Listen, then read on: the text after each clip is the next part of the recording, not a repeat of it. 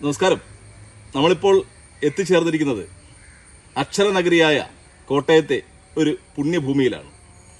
എന്നോടൊപ്പം നിൽക്കുന്ന പ്രശസ്തനായ നാഗസ്വര ചക്രവർത്തി, കലാരത്നം എന്നുവേണ്ട ഈ ഒരു കലാകാരനെ ഏത് തരത്തിൽ വിശേഷിപ്പിക്കണമെന്ന് അതിനുള്ള വാക്കുകളില്ല.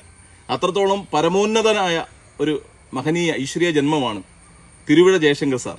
അദ്ദേഹത്തിൻ്റെ വസതിയിലാണ് ഇപ്പോൾ എത്തിച്ചേർത്തിരിക്കുന്നത്.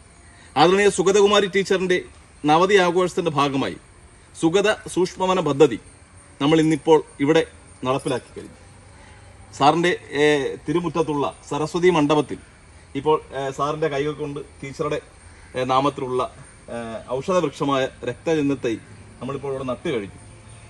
അപ്പം സാറ് അത് പൂർവാധികം ഭംഗിയായി അത് കുറച്ചുകൂടെ വളർന്നതിന് ശേഷം പ്രത്യേകമായി അതിന് സ്ഥലം ഒരുക്കിക്കൊണ്ട് ടീച്ചറുടെ നാമത്തിൽ അത് ഇവിടെ സംരക്ഷിച്ചുകൊള്ളാം എന്ന് നമുക്ക് ഉറപ്പ് തന്നു.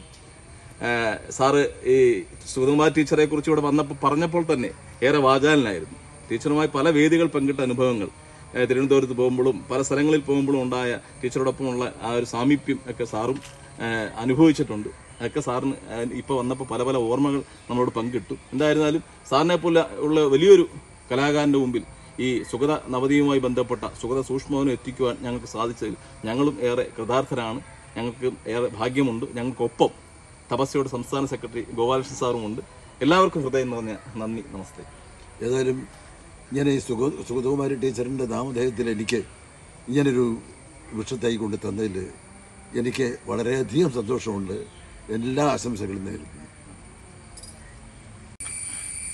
എല്ലാവർക്കും നമസ്കാരം. എൻ്റെ പേര് തിരുവിഴ ജയശങ്കർ.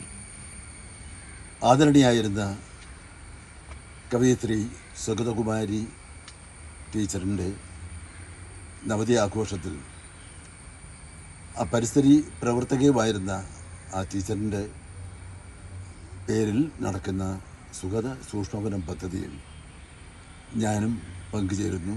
എല്ലാവർക്കും എൻ്റെ ആശംസകൾ.